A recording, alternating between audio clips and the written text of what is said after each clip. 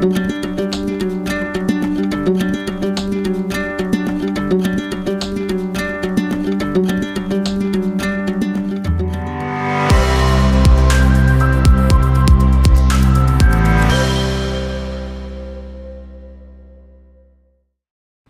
everybody, and welcome back to Mel's Board Game Room.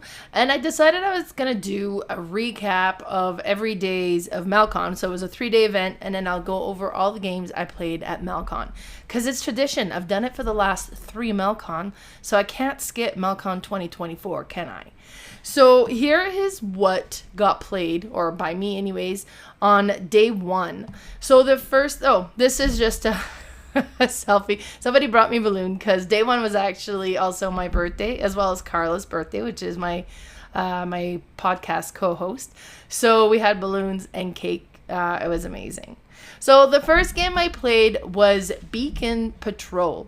So Beacon Patrol is like a tile laying game. We played 4 players, and it's a cooperative game, and you're trying to lay tiles and surround the islands, but like you're trying to surround the buoys and trying to surround the lighthouse as you place the tile, but you need to move your boat on the water for where you're going to be placing the tiles. Honestly, this might have been my least favorite game played at MelCon. I don't know. It's like when we started playing, it's like, okay, so what's the goal? But you score per buoys and per lighthouse that would score. So the better the score, the better you do. And there was a range. Like, well, if you score between this and this, then you did awesome. Or if it's between this and this, you did good. And then, so it wasn't like, okay, but how do we win? It wasn't like a distinct goal, or like, hey, if you do this, you win. If you don't do this, you lose. And I think that's kind of why this wasn't my favorite. It's not one that I intend to add to my collection. I know my friends love it, and they play it solo all the time, and I'm missing something. But that was Beacon Patrol in the first game that I played at MelCon. After that, we played Long Shot, the dice game. And we did another 4-player game. Now, 2 of them had never played before. And I remember the first time I played Long Shot, the dice game, it took me like half the game to kind of fully understand what exactly am I trying to do. So you take turn kind of rolling the 2 dice. So one dice has like the different horse numbers and the horse colors, and that will show which horse is going to move that round. And then the black dice will show how much it's going to move by, and I think it's 1, 2, or 3. And the horse that gets selected kind of will also indicate what you can kind of cross off on your player board, because it's a roll and write where you're bidding on the horse, the horses in the race. Now you can purchase the horse, you can buy tickets on the horse, and you would score if they win based on the ticket. Now if you purchase the horse and they win, then you get more prize money that way as well. There's like a whole bingo section that you're trying to create as well, where if you get a line, not diagonal, but up and down or side to side, then you can activate a special prize from that one that would kind of allow you to do different things in on your player board. Honestly, this one is really interesting. I quite enjoy it, and you kind of get towards where you got your horse that you're hoping to win. You can also kind of manipulate the horse, because if horse 1 moves, then maybe horse yellow moves as well, and maybe you own the blue horse, so you can go and cross. Well, if the red horse moves, the blue horse will move as well, and you can kind of manipulate and try to make it so that the horse you're going for moves forward more. Mind you, other players can also manipulate as well. Maybe they want your horse also to win because they got a lot of tickets with them. Maybe they don't, and they actually move it backwards because they're trying to get you behind so that their horse can move forward. It is really interesting, and it has that excitement of a horse race bidding, of what I'm assuming bidding on a horse race would be like. But it was really neat. I really enjoyed this one. Then we played Wild Tiled West. One thing I'm going to say I'm most impressed about this game was the game. Like, the board, because the game board also has like these deep inlays and all the tiles sits in there, and this is also how it stores. So when it's time to play the game, you pull them out, they're already sorted, already in there, ready to go. So at the end of the game, it takes a bit of time. You got to sort everything and put them back where it goes. And what was really neat as well is like there's a lot of tiles there, and then you have these dice that you roll. There's like 3 green dice and 2 blue dice. And depending on the number you roll, where it goes and which tile is going to be available this round. And you know what? I'm saying there's that many dice, but it depends on the player count. There's that many because we're a 4-player game. Because there's always like 1 extra than the number of players. So on your turn, based on what tile has been made available from the dice, you will draw one of the tiles and add it to your player board. Now, some tiles might have a cost, so you would need to have the resources to be able to pay for the cost if that's the one you want. Otherwise, you'd have to go for another tile. And you're covering these different things. So you're trying to create a herd of cows, and the bigger the herd, when you score it, the more points you're gonna get. You also have some tiles that's gonna add like bandits on your board, and then you're trying to collect bullets so that when you play a sheriff, if that bandit is in line of view of the sheriff, you can shoot him, and then the bullet turns into a little tombstone, and you would put that over where the bandit is, and that's worth points as well. You have different buildings you can add, then these buildings can also be worth points. There's like a bunch of different things that will score you in this game. There's also like a whole kind of poker card thing, which honestly I kind of ignored when I played. And then as you play, what you cover you would get. Now the horseshoe, if you cover that, that's great, because if they're not covered, they're negative points at the end of the game.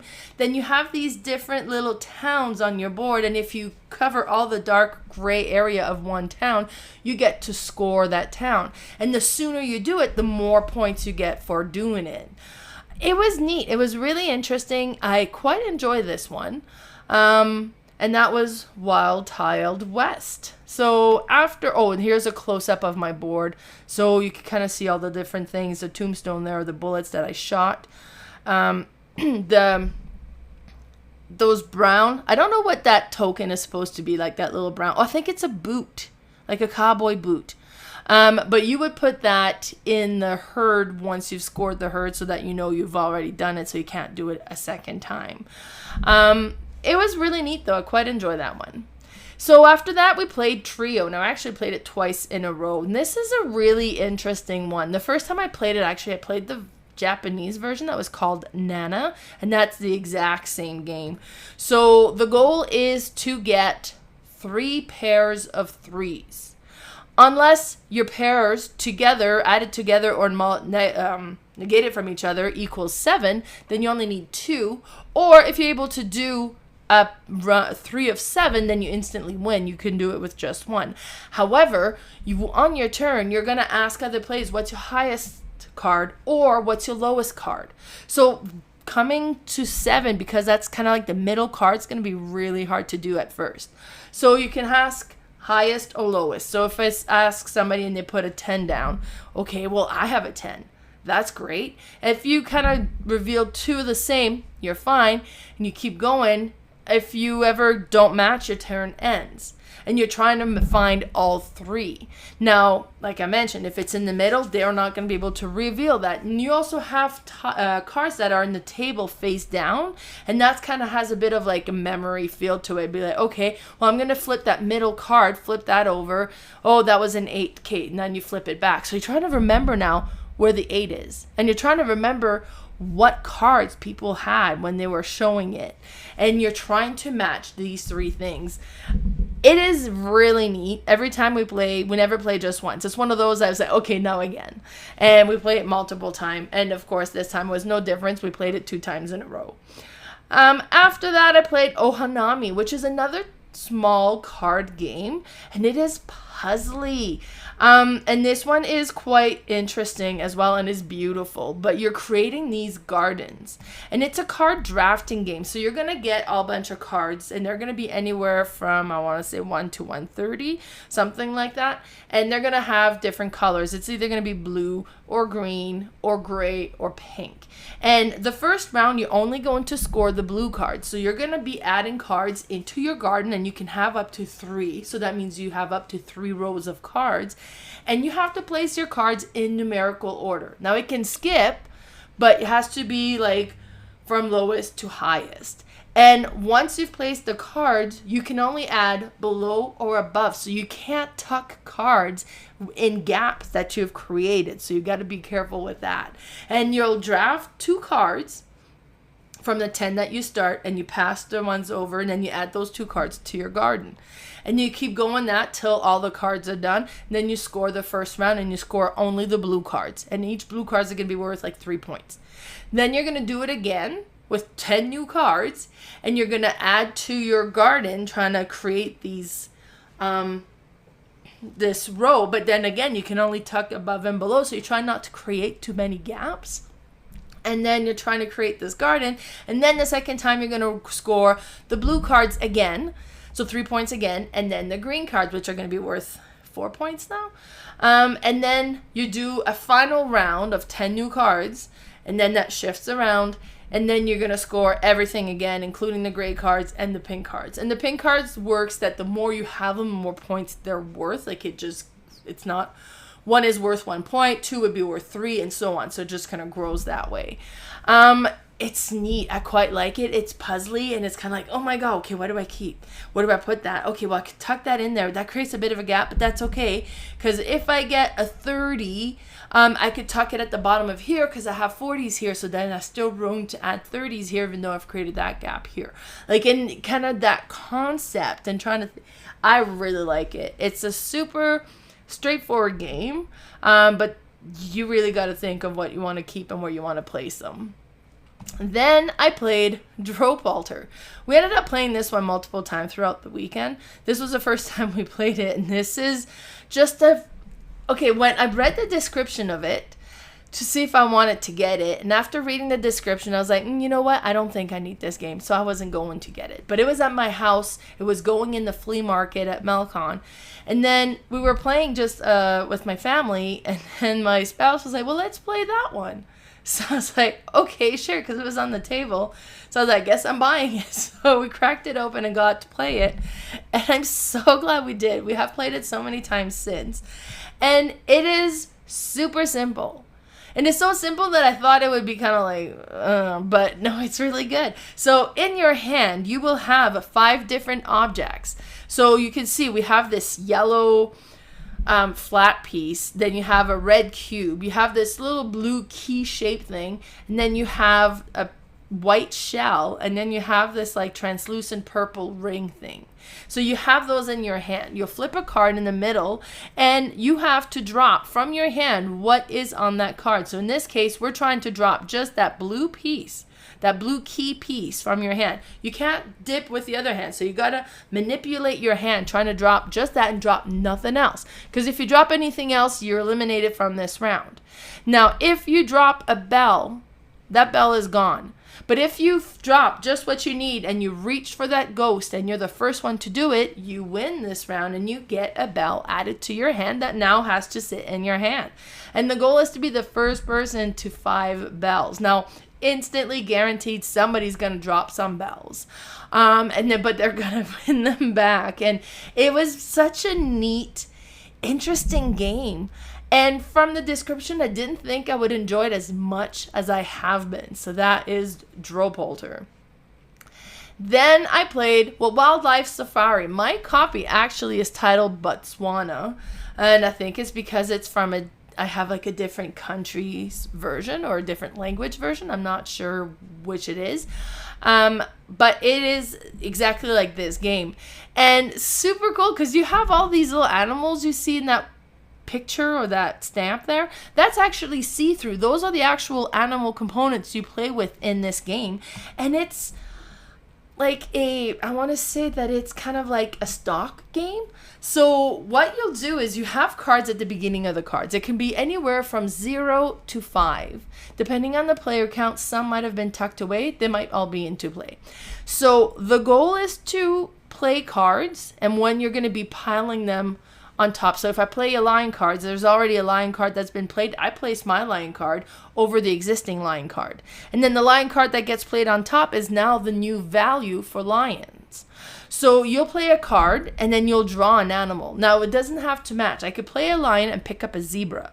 So maybe I play like a 0 lion card. So now lions are worth 0 and I pick up a zebra because I know I have the 5 zebra in my hand and I'm hoping to bump up its value. Now, ideally, I would also have like 4 and 3 so I could play like one of them. And if anybody plays something low, I can kind of play a new card to bring it back up, or that the 0's out of the way already. But anyways, you keep playing and collecting these animals, and the game ends immediately when one of the animal piles has all 6 cards from 0 to 5, and then it ends. It's like, oh my god, no, I didn't get to play my 5 zebra and it's only worth 2. It could have been worth 5. So, and then you tally up your animals worth. So my zebras are worth 2 and I have 2 of them, so then that's 4 points, and then so you count all of them and whoever has the most point is the winner. It is neat. It's one of those when the first time you play, you kind of play, and then after you finish it, okay, I get it. Yeah, let's play again. So then you'll play again and get like a full sense of the play. But you don't want to hold on to the cards too much. But you don't want to play them too early either because they're going to get covered up. It is a very interesting game. Then we played Fun Facts. So it was at this point, it was the end of the day. There was only 4 people left. My close friends, most of them were staying at my house as well. And we decided to play this game, and I was impressed. I had heard about it before. My friend Carla talked about it before. It was her copy as well. And I did, it was like, okay, that sounds interesting, but it is way more fun than it sounded. So you will have a card that you will flip. And it'll say something like, from 0 to 100. And I think it's always, it says the answer is always a number. So maybe from 0 to 100, how much are you afraid of the dark or something? That didn't come up. We had, how are you afraid of heights? And I was like, well, I'm not really afraid of heights. So I'm going to give it a pretty low number.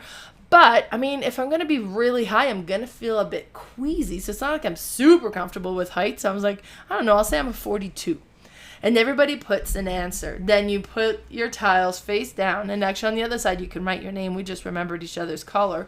Then you take turn adding your arrow in. It's like, okay, well, I think I'm right here. So first one, you just put your thing down. Then the next person's going to have to decide, are they higher or less than you?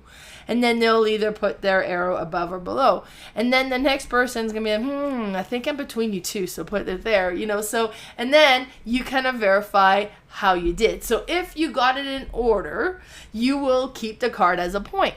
And if you got it all messed up, then you don't get to keep the card. But it's so interesting and so neat, mostly when you're playing with friends, because you're discovering things about each other. It's like, okay, well, I think she's pretty good with this. It turns out she's not at all. We have ones like, how many push-ups do you think you can make? I'm like, oh, I know I can't. So my number is low single digits, 0. And then my friend is like, well, she's volunteer firefighter, so she probably can. So it was so neat what we discovered from each other. The play was fun. It was interesting. And it was just a kind of neat end of day party game. And then we played one final one, and that was Cross Clues. I have actually since purchased this game. This was not my copy. And I've come across it, and I was like, yep, I want this one for myself. And I call this one Reverse Codename.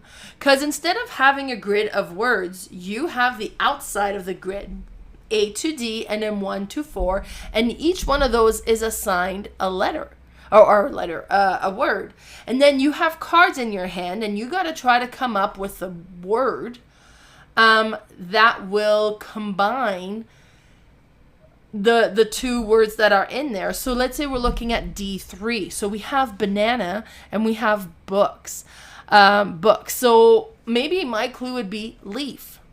And people are going to look and try to come up, okay, which 2 words would leaf connect? And I was like, well, banana leaf, books have leaves. If they think like that and they kind of grasp what I'm trying to put together and they say, okay, well, I think it's D3, and they all vote, and then we reveal if it's D3 or not. And you're trying to fill the grid as much as possible. It was very interesting. It was so funny, like, because, like, okay, well, like, are you guys gonna get it? Do you understand what I'm trying to say? And then sometimes they really did not. But it was fun. And that was the last game we ended up playing that day. So be sure to follow me on Facebook. My Facebook page is Mel's Board Game Room.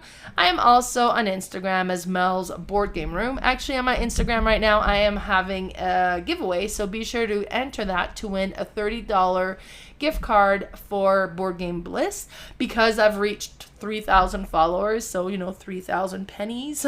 So be sure to enter the giveaway. I'm going to be doing the draw on July 20th. And then I also have my podcast, The Board Game Specialist, that I do with my friend Carla. And we have our YouTube channel. Now, I forgot to mention, we also have a sponsor, which is Games and Couples. I'm going to add their link below. Be sure to follow them. They do amazing things. They do couple counseling utilizing board game as a tool, which is, I think, just a really great way to create quality time with your partner. So I really love what they do. Be sure to check them out. Bye, everybody.